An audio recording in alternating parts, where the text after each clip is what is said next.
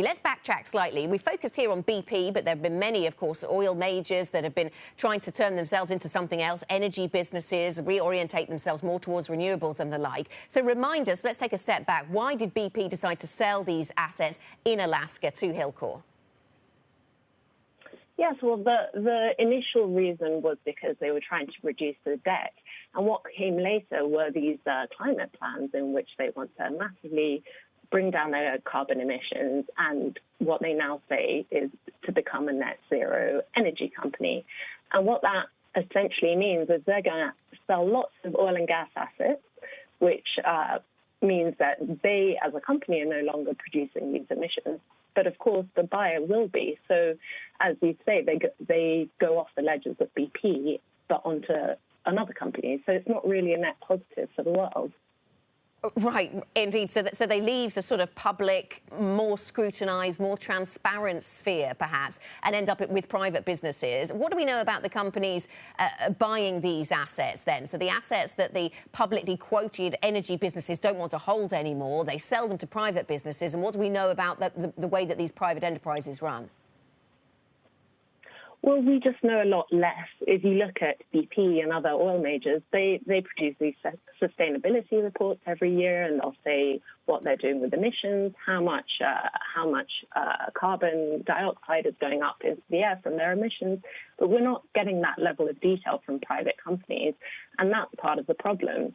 It means we're sort of more blind now as to what these assets are doing.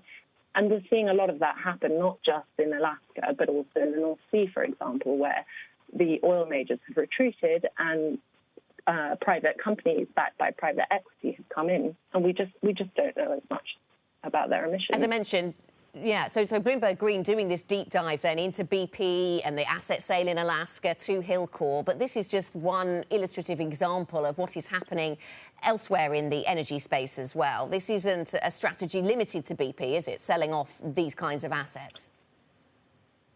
No, not at all. They're not the only ones doing this. And in fact, Shell, last month, they produced their own sustainability report, and they too said their emissions went down last year, but one of the reasons, apart from COVID, of course, was the impact of selling assets.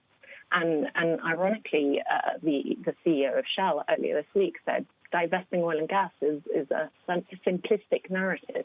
It won't change anything for the planet. Yeah, well, what are investors saying about this then? Because in a sense, I suppose, Laura, investors have got what they were asking for. Lots of investors say, look at the influence we have had on the listed energy businesses. We've managed to make them take climate change more seriously, and they're divesting assets as a result. Is that the overriding thought process, I suppose, from the investment community? Well, it's quite a mixed bag, to be honest. You know, you have some investors who are saying, well, there's no point. Why not just bleed these assets and keep them within listed companies, and that way they're sort of in the public domain? Whereas others are saying, no, we need to just turn the taps off, leave the oil into the ground, or get rid of them. So it's a little bit of a mixed bag, but no one seems to have the right answer, so to speak.